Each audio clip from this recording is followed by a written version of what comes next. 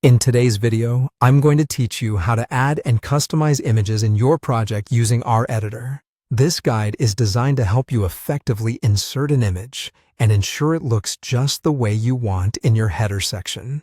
First, let's dive into our editor. On the left-hand side, you'll notice a menu. Your journey begins with clicking the Add button, which is represented by the plus icon. This button is your gateway to bringing various elements into your project. Once you click it, take a look at the options that appear. What we're interested in right now is the image option. Upon selecting this, you will be presented with two choices. You can either upload a new image straight from your computer or choose one from your media manager if you have images already saved there. Choose the method that suits you best.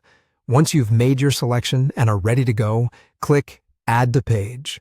Your image will now be part of your canvas. But we're not quite finished yet.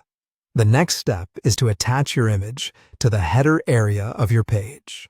This process is straightforward, but important for achieving the desired look. Click and drag the image you just added and move it towards the top of your page. You'll want to watch closely for when the Attach to Header message appears.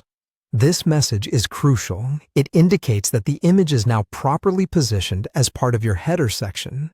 Once you see this prompt, go ahead and release the image. Your image is now secured in the header, setting the stage for the next adjustments. With the image now in your header, it's time to delve into positioning and resizing. Click on your image once again. This activates the settings you need to reposition it.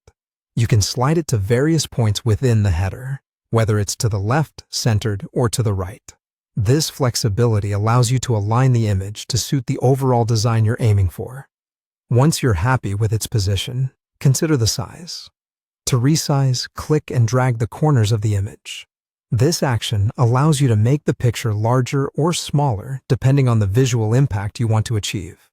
Whether you need it to be prominently bold or subtly understated, adjusting the size is a vital step. And there you have it. A beautifully integrated image in your project's header.